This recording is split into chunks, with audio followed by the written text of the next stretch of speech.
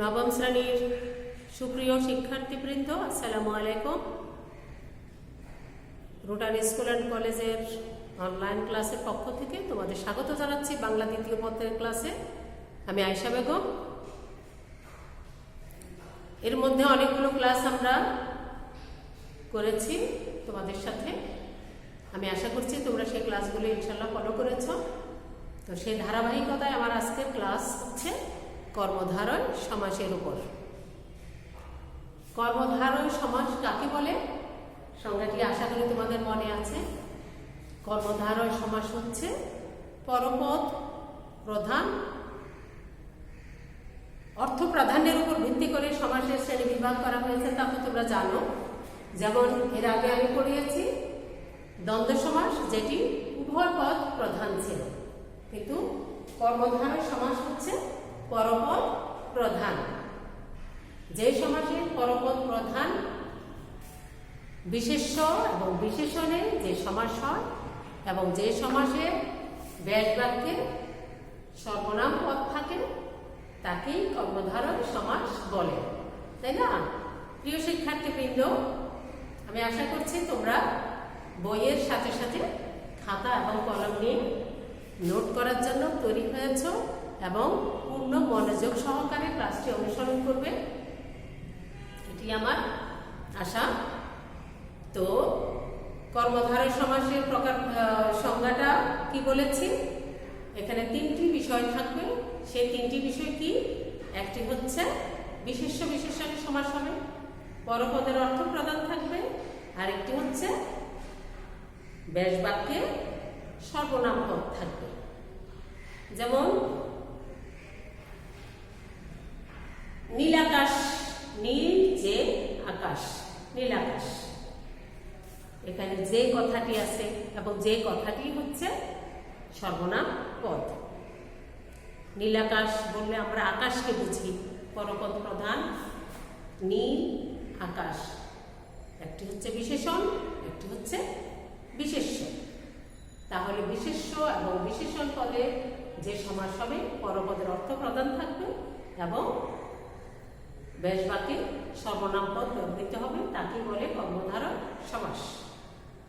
প্রিয় শিক্ষার্থী, তোমাদের বোঝার সুবিধার জন্য আমি আমার মতো করে একটি ছক এঁকে আমি কর্মধারয় সমাসের প্রকারভেদ বোর্ডে অঙ্কন করেছি। এটি তোমাদের পাঠটি নিতে সুবিধা হবে, সহজবুদ্ধ হবে, তাই না? এবং খুব তাড়াতাড়ি তোমাদের শিখতে পারবে এবং তোমাদের কাছে কঠিন মনে হবে না। এরকম একটি ছক করে দিয়েছি, যেটি তোমাদের বইতে নেই। এটি আমার নিজস্ব নিয়ম। কর্মধারয় সমাসের প্রকারভেদ কয় প্রকার লিখেছি দেখো। এই যে সাধারণ, 2 নাম্বার হচ্ছে মধ্যপদরূপী, 3 নাম্বার হচ্ছে উপমামূলক কর্মধারয় সমাস। সাধারণ, মধ্যপদরূপী এবং কর্মধারয় সমাস। শুরুতে আমি যে কথাগুলো বলেছি, কর্মধারয় সমাসের গঠন, কোন পদ দিয়ে কর্মধারয় সমাস গঠিত হয়? বিশেষণ এবং বিশেষ্য পদ। কখনো বিশেষণ আগে থাকবে, কখনো দুটাই বিশেষণ হবে, কখনো দুটোই বিশেষ্য হতে পারে। 3 উপায়ে কর্মধারয় সমাস গঠিত হয়। কোন পদ দিয়ে হয়? বিশেষণ এবং বিশেষ্য। সেটিও আমি তোমাদের দেখো সূত্রের মতো করে আমি লিখেছি। পূর্বপদে বিশেষণ, পরপদে বিশেষ্য, দুটোই বিশেষণ, দুটোই বিশেষ্য পদ। এই 3 ভাবে কর্মধারয় সমাস গঠিত হয় এবং আমি 3টি উদাহরণ লিখেছি। নীল আকাশ, টক ঝাল, গোলাপ ফুল। প্রিয় শিক্ষার্থী, দেখো তো কিভাবে গঠিত হয়েছে। আমরা একটু বিশ্লেষণ করি। নীল আকাশ, নীল পূর্বপদে কি? নীল, পরপদ হচ্ছে আকাশ। নীল কি শব্দ, কি পদ? আকাশের রূপ বুঝাচ্ছে, আকাশের গুণ বুঝাচ্ছে, আকাশের অবস্থাটা বুঝাচ্ছে। আকাশ কেমন? নীল। যে পদ দ্বারা কোনো কিছুর অবস্থা বোঝায় তাকে বলে বিশেষণ, তোমরা তো জানো। আর কোনো কিছুর নামই হচ্ছে বিশেষ্য। আকাশ হচ্ছে একটি নাম, আর আকাশের অবস্থা বোঝাচ্ছে নীল দিয়ে। তাহলে এই কর্মধারয় সমাসটি কিভাবে গঠিত হয়েছে? বিশেষণ যোগ বিশেষ্য, এই কোন সূত্রের মধ্যে পড়ছে? এই সূত্রের মধ্যে পড়ছে, তাই না? বিশেষণ প্লাস বিশেষ্য। তারপর টক ঝাল, টক ঝাল একটি খাবারের গুণ বোঝাচ্ছে, যা টক তাই ঝাল। প্রিয় শিক্ষার্থী, টক ঝাল বললে কি জিভে পানি আসে? তো আমারও আসে। টক ঝাল হচ্ছে আমরা যেমন আচার খাই, এখানে টক এবং ঝাল আছে। এটি একটি খাবারের গুণ বা অবস্থা বোঝাচ্ছে। তাহলে দুটাই বিশেষণ পদ, টক এবং ঝাল। তেমনি আমরা বলতে পারি কাঁচা মিঠা, যা কাঁচা তাই মিঠা।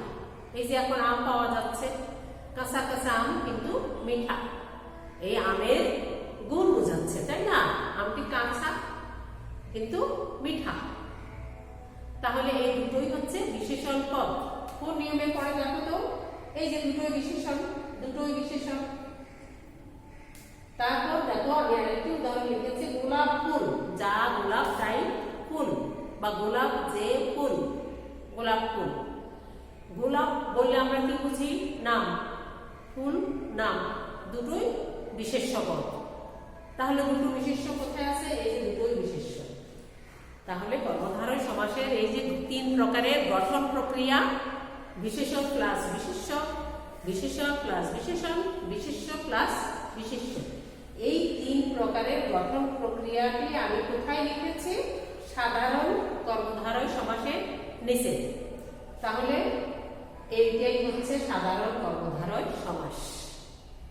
এই তিন উপায়ে গঠিত যে কর্মধারয় সমাস, সেগুলোই হচ্ছে সাধারণ কর্মধারয় সমাস। একেবারেই সহজ। আমি আশা করব এখানে সময় স্বল্পতা, জায়গা স্বল্পতার কারণে আমি অল্প অল্প উদাহরণ দেখিয়েছি, একটা করে দেখিয়েছি। তোমাদের বইতে কিন্তু আরো অনেকগুলো উদাহরণ আছে, প্রত্যেকটাই তোমরা খাতায় লিখবে।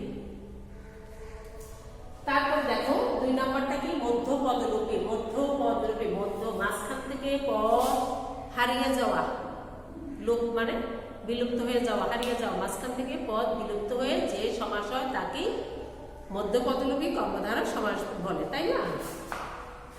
এখানে আমি উদাহরণ লিখেছি, স্মৃতিসৌধ, সিংহাসন, পলান্ন, ছায়াতল।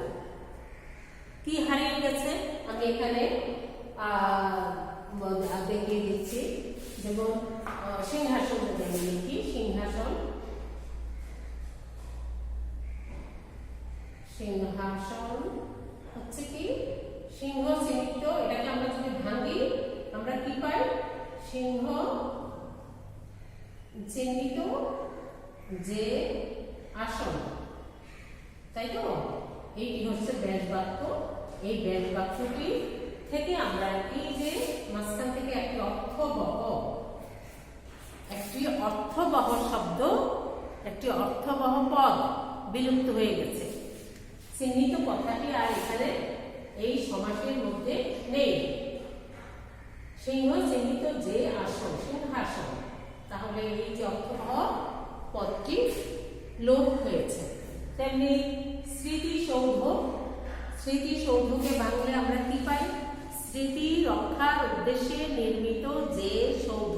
দেখো কতগুলো অর্থবহ পদ মাঝখান থেকে লুপ্ত হয়েছে। স্মৃতিসৌধ।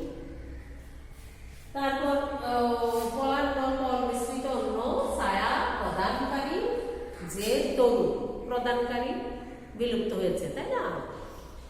আর তোমরা মনে আছে তো কর্মধারয় সমাস হচ্ছে কোন পদ প্রধান?